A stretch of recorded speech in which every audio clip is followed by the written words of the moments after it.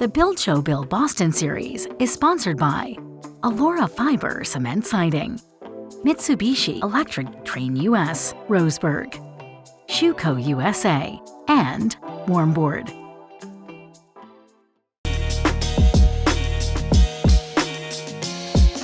Hey, Build Show! Steve Basic Architect, live from the excavator. Yeah, who doesn't love big machinery digging big holes? Well, that's what we're here to talk about.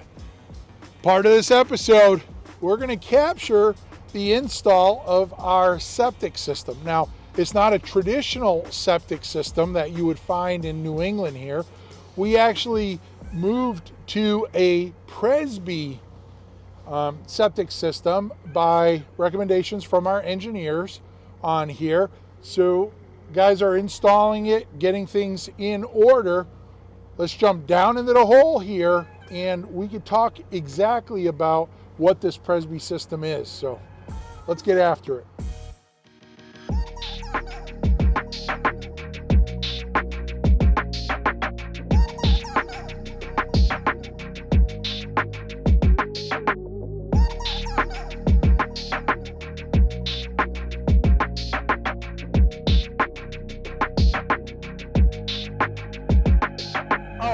Always a treat to sit in the excavator. Charlie's a great guy. Charlie owns the excavation company.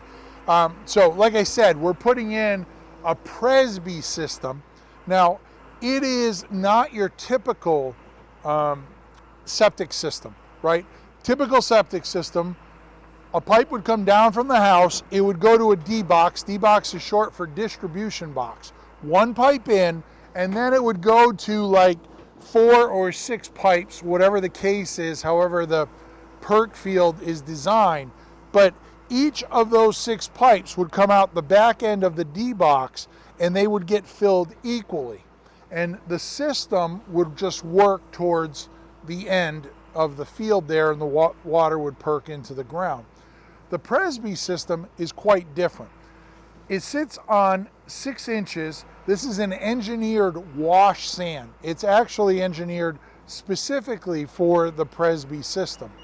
And the biggest difference between the Presby system is we still have a pipe coming from the house. We still have a distribution box, but the math changes. We have 1 pipe in, 1 pipe out. The 1 pipe out goes to this very first pipe on the right. Now, these are 12-inch pipes. There's 6 segments of 10-foot lengths. So we have 60 feet in length times 6. So we have 360 linear feet of percolation in a 12-inch pipe. Notice that the inlets here, they are set at 12 o'clock on the high side. So the water gets in and basically sits in the bottom of those pipes, and it basically just gets filled. One of the things about the Presby system is they want that water to sit in there and create bacteria that basically eats all of the stuff that's coming down the pipeline here, right?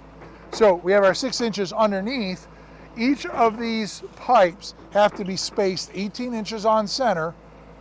So you can see Sean went, he measured them up, he put in some stakes here, because as you put the sand in, and Charlie's like a surgeon with this excavator, but as you put that sand in, there's a tendency for those pipes to want to waver left and right. So you can see he's filling them incrementally, but the aid of those sticks keeps them so we have that 18-inch spacing between. Once these are all done, he'll come in and he'll put about a 6 to 8 inch topper on the top of these and then cover it with a filter fabric. So basically we have this nice wrapped package of engineered sand that has the distribution pipe inside of it. And like I said, this one runs down, turns the corner, comes back. So it's 360 feet of serpentine pipe.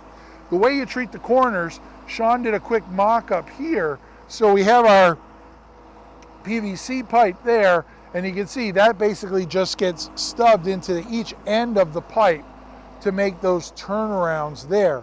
But we'll finish this with that filter fabric and then cover it over, and nobody will be the wiser, but we'll have our full field here, Presby septic system installed. So, you know, a lot of towns here in New England, we have town sewer, but a lot of places that I designed for, we have septic systems. They all seem to have some challenges on whether the ground perks or the size of the system, the elevation of the water table.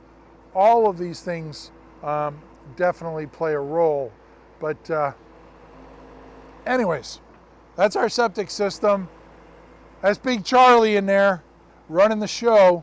And we got Sean down here making it all happen down in the hole. So that's our septic system out at Build Show Bill Boston. All right, so came inside. Let's catch up with Rodrigo. Rodrigo's from Petersen. You might have seen him from some of the previous videos. Pleasure to see you again, buddy. Sure. So I see that we're on the other side of the house. We're in the mud room here, and the hallway, the powder room, laundry room, it is all going to get a tile floor, as well as the plant room. And when we did the last video, you guys were already troweling on the white adhesive stuff. Yes. So we didn't really get a chance to see this black stuff. So talk to me a little bit about this. Yeah, this is the priming. This is special tools in the preparation of the floor and the walls too. We need to apply this before, one day before, leave it 24 hours to be 100% dry. And the next day, the next step is to put the Lamitech with the tin set in the floor. The Lamitech, and that the adhesive goes on top of here. So you said this is a primer. Yes. That basically treats the floor so that grabs it really good. I mean, this is an aluminum surface on the, what you call it, Wormboard there. So I see you already have this pre-cut. This is that Lamitech by Butech, and this is their slip sheet underneath there. Now, when we go to do the joints, I see you have some very specific material here that's part of their system, right? Yes, correct. That basically just gets adhered down with the system to provide one continuous sheet. Now, one of the things that's a little different in this room than, say, the other rooms is what's happening right by your foot there. So yeah, because it has the drain here. Because of the plant room, we actually have a floor drain that is going to go in here. And so that has to get, you know, put together with all of the tile. But I mean, it's probably no secret to you. It's just treating this room like one giant shower. Yeah. Right. And putting that in there. So you like this system by Petersen? I love the system. It's a very good system. The membrane, the Lamitech, the tin set. Yes. Everything about it. Now, I know on the other side of the house, we have a bunch of tile installed. Yes, go ahead. So let's go see some of your artistry. Sure. All right, Rodrigo. So we're in here. Obviously, we have a bunch of protection down, but you can see on the borders here, we have our floor is all in. Yeah. The client here, we chose to go with a porcelanosa tile on the wall here, and we're going to do the whole wall in tile here. So these are pretty large format tiles. These are what, maybe about 14 inches by about 3 feet or so? Yeah, around 13 and 39. Yes. Yeah, 39 inches. So these are large in a stacked bond pattern, which I really like. Nice tight joints. But you can see here, we have that same primer. Yes, correct. Right? So we do the whole wall in that primer, and then this is basically the mortar adhesive. Yes. For the tile that gets embedded. So you put it on the wall, you put it on the back of the tile. Yes. And then you put it on there, and obviously, you know, things get nice and flat. Now, there's, you know, it used to be a little harder back in the day. Now they actually have systems that make that a lot easier for you, right? Help us a lot, yes. And helping you out, getting the spacing just right, but also getting that elevation so that when you run your hand across here, it's even on all four planes here. If we jump in here, it looks like you guys just did the tile wall here, and that's where we have these spacers here that actually go in. So the oranges, it's providing the space between the tile. And then you put the wedge in there, and that makes both tiles plane out. Perfect, yeah. So, no, it looks good. We have that white tile, again, nice stack bond pattern. We have the full-size tile in the middle, wrap around the corner. I see we have a few accent shelves there, and looks like you guys are well on your way in here. We'll finish up that perimeter there, and to the profile metal. Little profile tile on the outside. We can catch up with you at a later date. But I also think down in the owner's bath, we're doing some stuff down there. So why don't we go down there and we'll finish up, buddy? Okay. And we'll talk a little bit more. All right, so we've migrated down. We're in the owner's bathroom here. And very much like the secondary bath, we're doing a whole wall tile system here, right, Rodrigo? Yes. On both sides, and we're going to go up over the door. So why don't you take me through the layout right quick, because I know there were some specific items. Yeah, here we put all the tile in the center. The door is the center, the tile will be in the center too. We divide for to be the same size in the both sides here. When to put the van put in the center too. Gotcha. So we center all the tile on the door, yes, so that we don't come in and there's 8 inches on one side and 14 or 30 inches on the other side. And then we go across, but we also have it set up that that's getting hit, but then this joint will then be the center of the vanity. Go ahead. And so the vanity will get centered on that line, which means the faucet and everything will get centered on that. The mirror will get centered on that line. Things will look really nice when they're done, and they'll make sense because there's a strong sense of order to all of that. The tile goes all the way down and basically becomes our baseboard in here also, which is really nice. And then in the shower, we have some interesting stuff happening here. I'll jump down in there and I'll let you tell us a little bit about it. We're gonna have a bench over here. We actually have some brackets there, so it'll be a floating bench. Yes, correct. Right, and you'll bury those in the wall basically. And then we have a little shampoo shelf here, so we'll have some solid material here, a place to put the shampoo bottles and all of that. But one of the interesting things too about this shower is, one, notice it's all drywall, it's not cement board. Yes, correct. And a lot of people come in here and go, oh my God, you're putting drywall in the shower. Well, that's because we're using Porcelanosa's waterproof membrane. Yes, correct.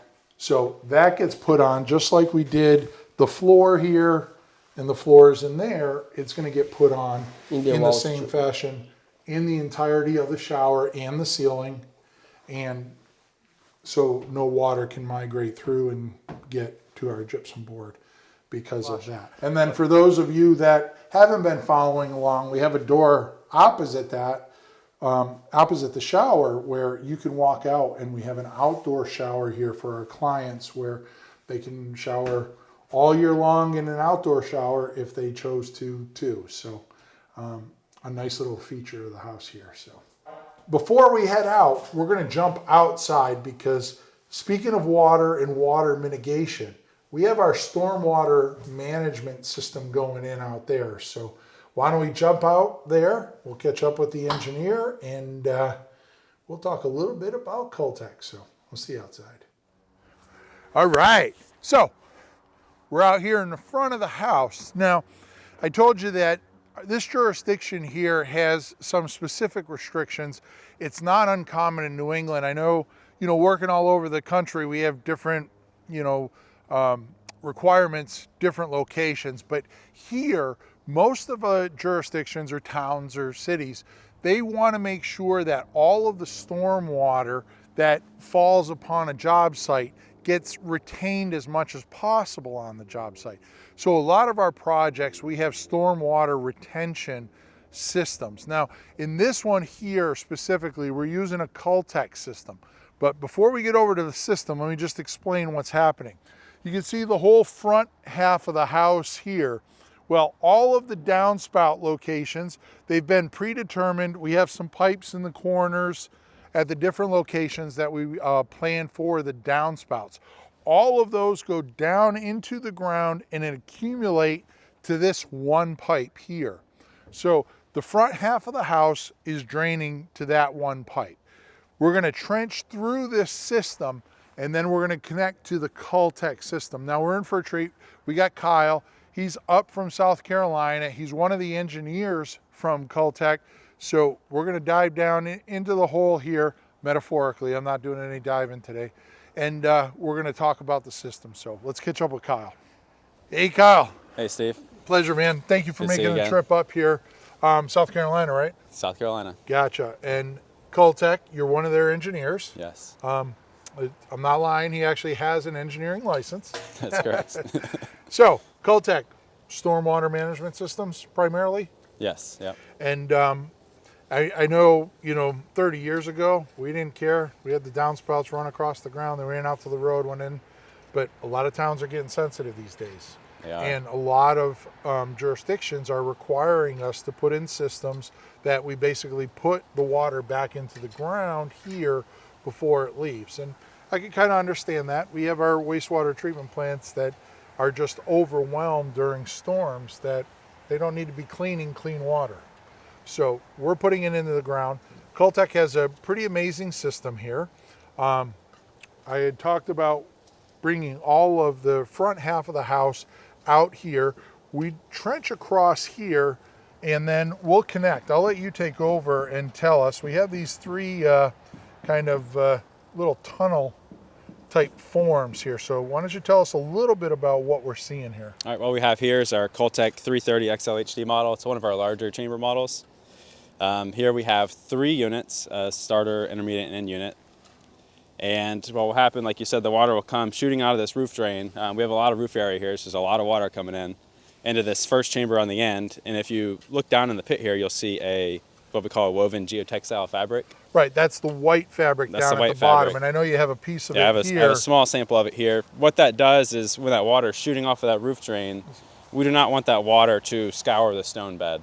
So And we when you put say this down. scour the stone bed, you don't want it to, if we put a fire hose to a stone bed, it would Correct. like carve out. Correct. Like We want a to little keep that channel. stone in place. We want to keep that stone. So this is just kind of like a little landing pad for the water Correct. Yep. to keep it and let that water disperse without challenging the position of the stone down there. Right. And we run that the length of one chamber, or approximately 8 feet. I see. So it doesn't have to be under the whole thing does because not. it's Just where the filling water's up the coming in. chambers. I gotcha. So on the entry point. Gotcha. Right. All right. So the water, we fill this thing up, or we put this in. What happens from here? From here, what we'll do is the contractor will come back in and start backfilling with stone around the chamber. Is there a size, sieve style or of stone? We recommend between 1 and 2 inch stone. 1 and 2 inch stone. And so this will get fully encapsulated. And so we're not putting any stone. There's a stone bed under these, but these are not filled with anything. They're basically hollow chambers, Correct. right? We're basically putting some percolating barrels in the Right. ground. Yep. The chambers make up about half of the total system volume, and then the stone voids will make up the other half. Gotcha. And the stone void is obviously all the space around. Now, Correct. we have this other fabric, this black fabric that I see. It gets draped around the whole hole, and we'll drop that stone in. And then, Yeah, this is the non-woven geotextile fabric. This will just prevent soil intrusion into the stone. It's Okay. that the stone voids make up about half of the volume, so the last thing we want is soil coming in and filling those stone voids, effectively reducing the volume of the system. and making it basically a solid. Correct. Right. So, quick question. We get a 50-year storm. This thing gets overwhelmed. What happens There'll be an overflow outlet that will let water out downstream, off-site. downstream? So there's pretty much, not only is there the engineering to this, but the engineering placement of having this such that the water comes in this side. We have an overflow that just so happens to be down on the low side, Yep. adjacent to the driveway. So there's more planning than just this system. It's, Correct. if the system gets overwhelmed, we have an answer to that too. Correct. Yep. Shout out to one of my civil engineering professors. First thing he said in class is water goes downhill. So Water goes downhill. It's amazing. I talk about water management and stuff all the time, and it's a pretty simple concept, but yet Yep. we fail. Now, this is the system that's taking care of the front of the house. We don't have the system installed just yet, but out in back, we're doing two different systems. Correct. We're going to repeat this system, Yep. but I think it's going to be a little larger than this on the backside. I think it's going to be the exact same setup as this system, but we're having the rainwater harvesting system in addition. So we have effectively, there will be more volume stored in that system. So let's talk a little bit about, we'll put this system back there, but you mentioned rainwater harvesting. What are we talking there? That means we're storing the rainwater in an underground tank to be able to use it for irrigation. To use it for irrigation, yeah, plants or whatever. It's a non-potable water. Yep. And then how does that work? Obviously, we're blanking out the ability to perk into the ground. Right. The only difference really is instead of putting the stone directly in the soil at the bottom of the system, we'll line the system with an impermeable liner. And that impermeable liner, does it come up the sides? It'll come up the sides, over the top, and it'll be sealed all the way around. So, and is that a like plastic, poly? We recommend. What's the liner made out of? Usually PVC. PVC liner. Yeah. All right. And so that comes up. So basically, what we're doing is creating a tank or a pool, and Yes. then we're just simply covering it. Correct. And then I know we had a couple tanks on each side, and then in the middle, we'll just simply have a vertical PVC pipe, right? We'll have a vertical pipe with a submersible pump inside. With a submersible pump, and that basically drains from both Correct. sides on Yep. the tank. And then the homeowner will be able to use that water. So not only are we putting this into the ground like the jurisdiction, but we also have an option there for our clients that, planting and all of their irrigation needs around the site. Quick question that I just thought of is it possible to take that water storage system and hook it up to an irrigation system, a sprinkler system? It could and be. tap off of that? Correct. Yeah, it could be. Okay. Well, any parting words on the Cultec? No parting words for me. No Everything parting looks words. good so far. Well, there you heard it. We got everything out of the engineer from Cultec. So hopefully you enjoyed that. Let's jump inside. It's like a beehive in there, so let's get after it. One of the things about a basement, and it took me a while to comprehend, and I try and lecture on it all the time. When you're building a house, it's thousands of decisions, and there's a lot of things that have to go in the house. I mean, look around me. We have heating ducts, we have ventilation ducts, more ventilation ducts, we have floor heating tubes, we have electrical, we have services, we got radon pipes, plumbing drains, plumbing supply pipes. There's a lot of stuff that goes into a house that we need to plan for. We need to also make sure that we plan an appropriate amount of space. Now, it isn't only about fitting it, right? We have our two electrical panels over here on the side, but understand that it's not just the space for the electrical panel. You need to have 3 feet of access in front of the electrical panel to service the electrical panel. So it's not about, hey, we'll just put that on a wall. You can't put the electrical panels under plumbing, right? So there's certain restrictions that you have to comply with so that even laying out a utility space like this, and this house has 3 of them. This is one of 3. They fill up really quick because there's not just, hey, we can pack everything in the corner, because we can't put the water heater next to that. We can't have water lines above that. And as you can see, we have a ton of stuff happening above head here. So keep that in mind when, as an architect, a homeowner, you're designing it. These mechanical guys, these plumbers, electricians, they have a very tough job just in running the systems when we have space. Not to mention when, hey, we'll just give them a mechanical closet and they can put the ventilation, the heating system, the electrical panel, and the water heater all in that 9 square feet. No, it doesn't go like that.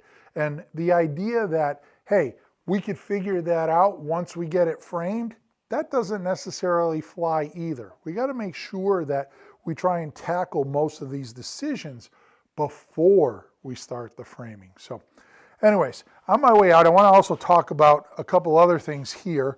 If you remember, we had Jesus, the owner of Advanced Green Insulation, against the foundation wall. We shot 2 inches of closed cell foam up against the concrete. And they have come back, and you can see on this side here, they've actually netted the wall, and we have our timber fill. This is a wood fiber blown in insulation. It's by Timber HP.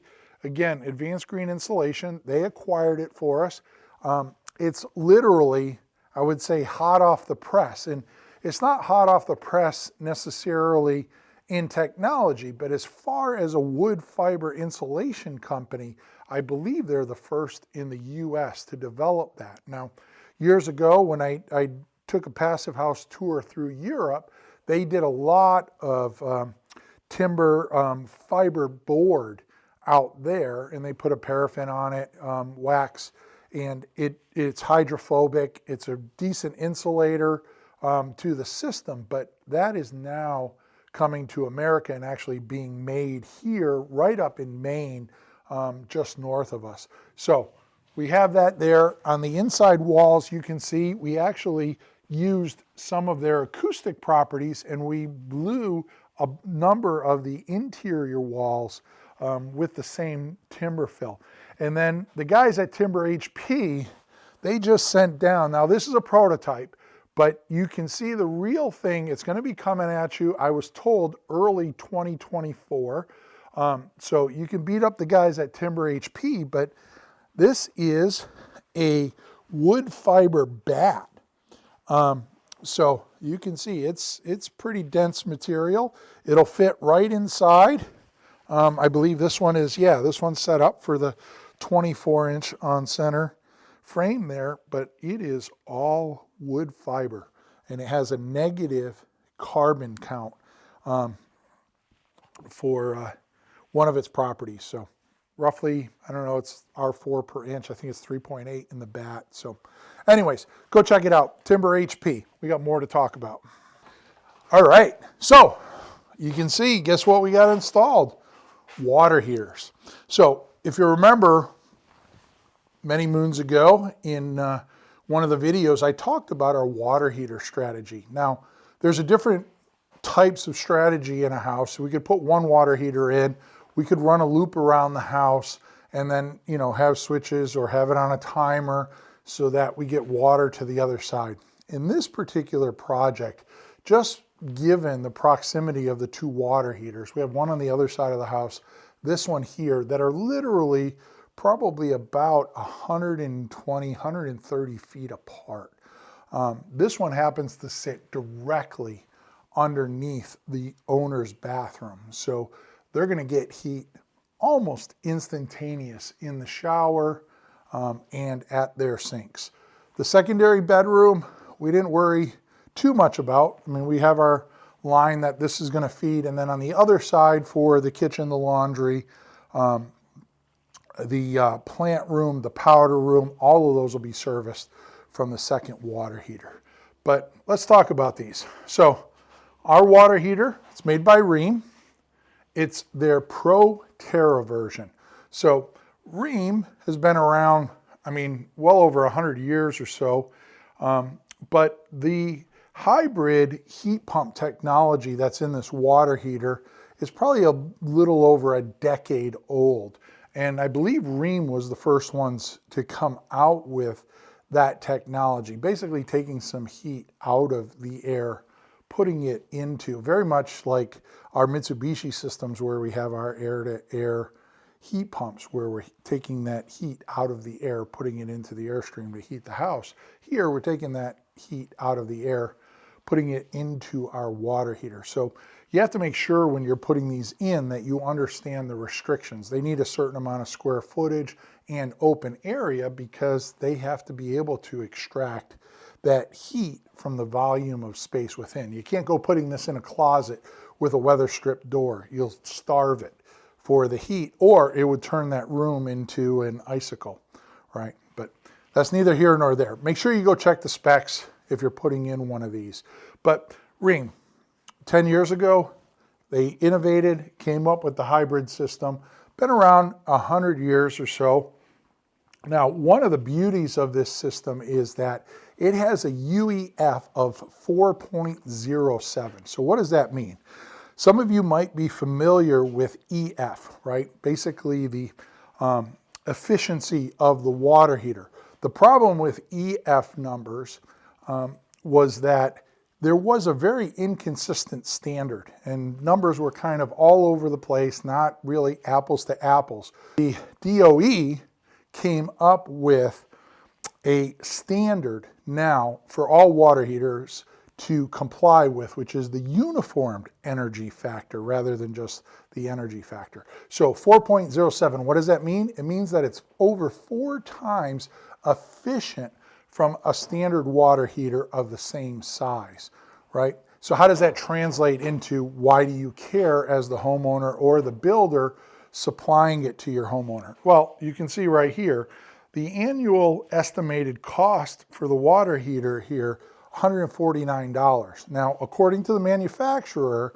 that's over $450 worth of savings to get you to that point. So not only are we providing hot water, we have a very large tank here, so we're never going to run out of it. But more importantly, we're converting that energy to hot water very, very efficiently. And the fact that it's an electric hybrid means that we can tap off of our panels and our batteries and electricity to heat the water in the water heater. All right, and the features don't stop there. One of the great things about the energy efficiency of this is there is a federal tax credit available. Renovations, new construction, you have to work with your energy consultant and or architect, but there is upwards of a $2,000 tax credit for the purchase of and the installation of the heat pump water heater. So make sure you check with them to see if that is applicable to your particular situation, right? A couple other features. One that I really love, and I'll tell you why, because we had another project where we had an instance where what I'm about to tell you didn't exist. So this Proterra system has a leak guard protection water system. So what does that mean? If this tank starts losing water and loses it upwards of 20 ounces of water, the water heater shuts down. And it makes sure that it doesn't add any more water to the tank, right? So that way there, you're not filling this basement. I had a project years ago, probably on the order of about 8 years now, where we had a hybrid water heater in the basement. Homeowner went away to Colorado, came back, sprung a leak, filled their basement with about 6 inches of water in the whole basement. Not a very big house, but still 6 inches of water. So, you know, the fact that these companies are starting to think about how do we solve problems that homeowners might have that are beyond just the installation of the product. Very commendable feature to be thinking about that and having that smart technology. Speaking of smart technology, EcoNet. So there is an app for the Rheem water heater. So I can be away and I can find out the metrics of my water heater, the temperature, how much hot water I have in there. I can also use the app to manage and develop a management system so that it knows when I'm about to take a shower, right? If I say, hey, every morning I get up at 6:30, I routinely take workout or whatever, shower at 7, then the water heater recognizes that management and complies within its own system to ensure that I have hot water available when I go to take my shower there. Few last things, you know, a couple things about this. Notice that all of the controls are pretty much based on the front of the water heater here. There's absolutely nothing happening from, say, this point to, you know, this point here. So what that means is, you know, you could tuck this in the corner. You could put it in a lot of places where the plumber doesn't necessarily have to get around the backside to access plumbing. All of the taps that we need to attach plumbing to, as well as the controls, are all down the front of the water heater here. So kudos to Rheem, Proterra system. We have 2 of them in this house.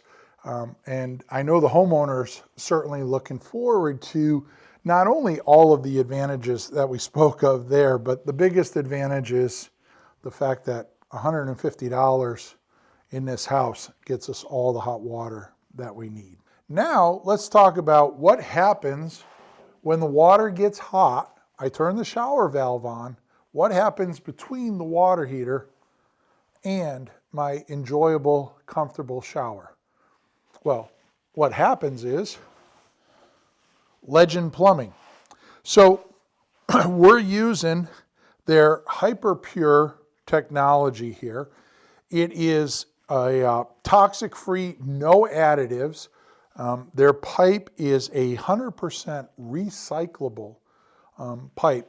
It doesn't have to get flushed out in any means because there's no additives, no toxic components in the making of this, so that the potable water simply runs right through, no flushing, nothing to worry about there. You can see coming out of the water heater, we go to copper, but the copper immediately switches to, you know, the hot water line, or in this case, the cold water line. We have a small piece here. So these are their click fittings here that basically the pipe, you just slide these on and click it in. And once it's clicked in, you are not removing it, right? And it's made into a 90. It also has the ability, as you can see behind me, that we can convert from the copper to the plastic pipe via the brass fitting here. And, you know, a couple things about the pipe. It has a 100-year warranty. I actually have to ask Legend to see if that is transferable, because most of the plumbing here is going to outlast any of the homeowners, as well as the pipe itself has a 200 PSI rating on that tubing for, you know, basically bursting. So very, very strong pipe. Again, hyper pure. It's by Legend. All of their fittings. It's all a proprietary system that clicks together. It comes in the red. You can see here all the different sizes, red, blue. We have it here. You can see our plumber here ran it all. We have our shower up there and our toilet, our vanities directly above there, but he found it to be a very favorable system to install, because again, you don't need any of those extra tools or clamping systems. This one here is just basically click, lock, you're done, move on, cut the pipe to the right dimension. So hyper pure, Legend Valve Company, or Legend Plumbing, and go check them out. So we have our whole house. They also have a clear pipe here if you wanted to use that instead of the red or the blue. It comes actually in long straight sticks, or you can get it coiled.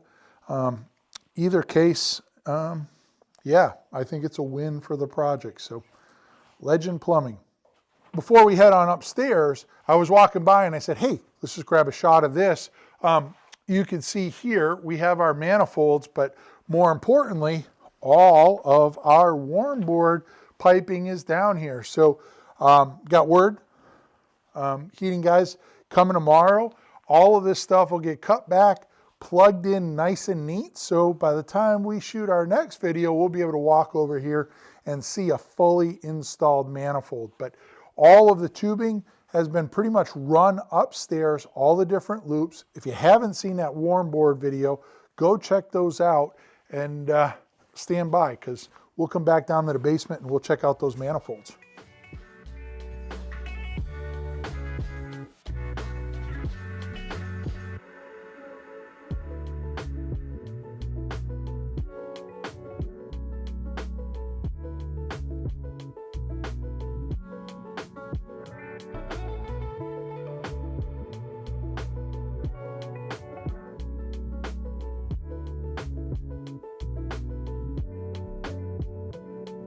Hey, we're inside. We're gonna head back. I wanna show you something I talked about in the previous video, but before I went back there, you know, all of the tubing is in now, all of our radiant floor tubing. I thought it'd be just, you know, really cool to see the expanse. This is that Wormboard system.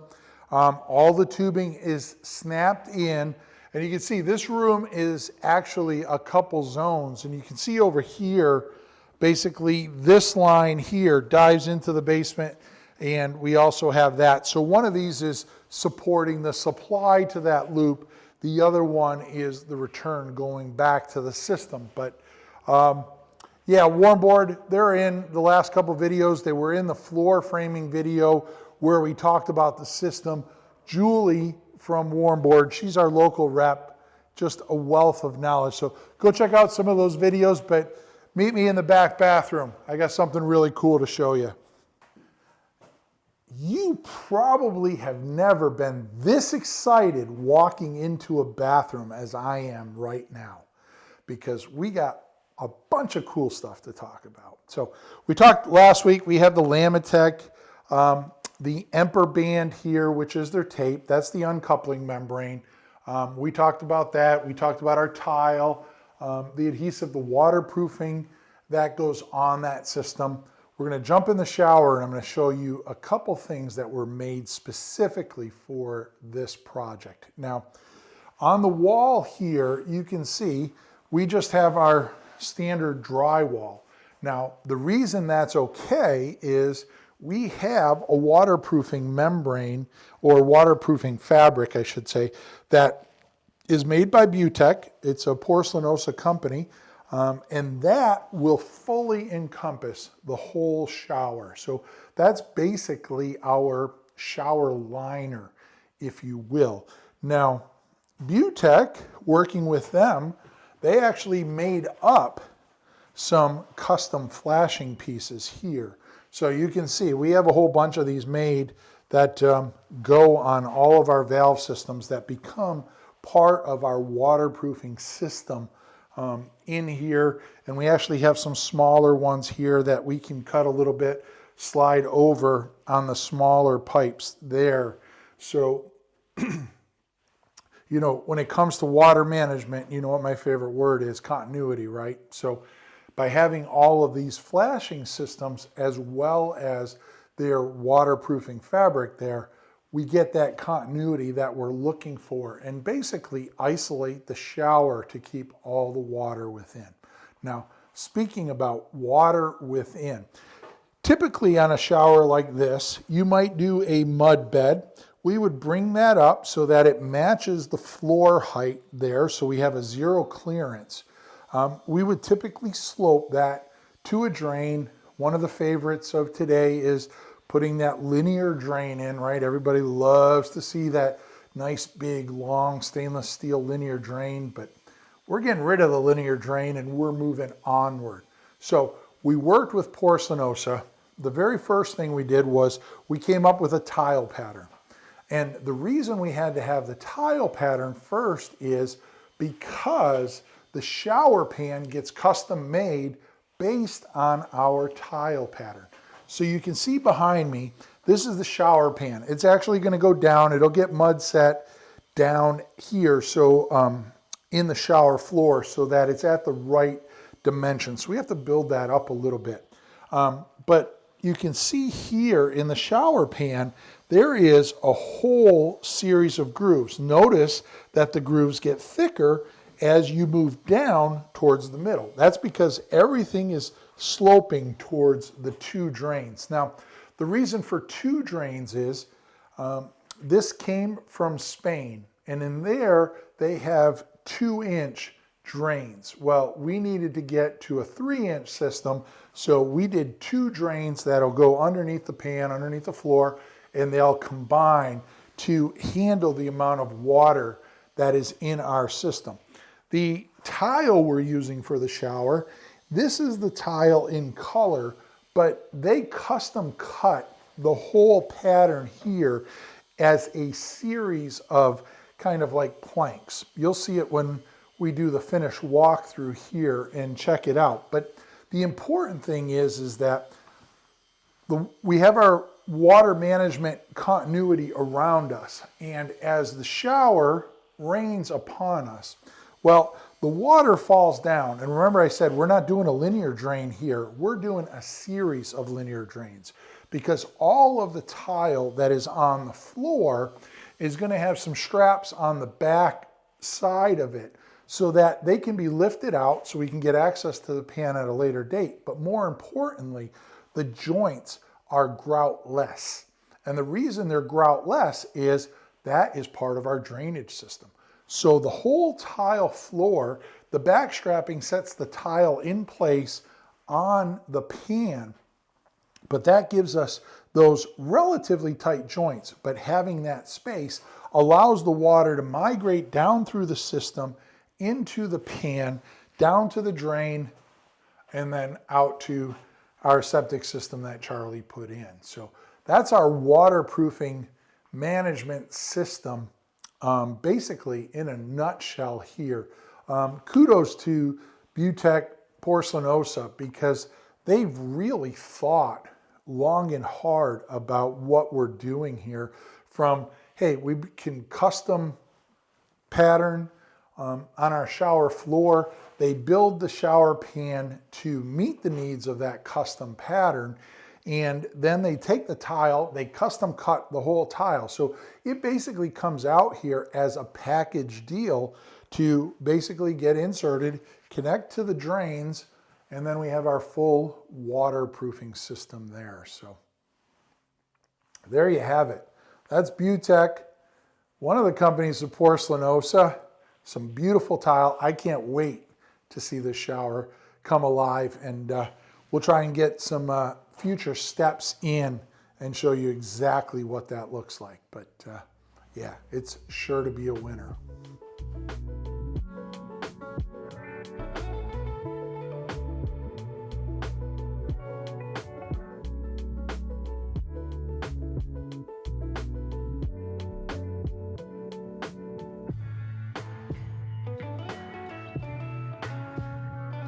All right, so I'm in the plant room. Last time we were here, we had, the isolation mat going down there, but you can see the tilers, they've been through.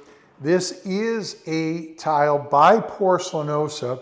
This is a 16 by 32 inch tile. It's called Boston, is the model of this tile. And it has like a slaty, bluestone look to it. It's actually gorgeous for a porcelain tile, but tile guys did a beautiful job centering joints on doorways, aligning things. And then we have the floor drain here. You can see, centering things. It could have been, hey, we centered it on the floor drain, but then the line doesn't align all the way through the doorway. So you have to pick kind of where your centers go. But you can see they did an absolutely beautiful job putting in that floor drain there. And as you can see, tile's well underway. We got guys, they're finishing up this section. We got the front entryway to do, and then the owner shower, and pretty much tile is done on the project. But just wanted to give you a little look-see of some of the finished installs. So anyways, that's Build Show Build Boston this week. I'm Steve Basic Architect. Until next time.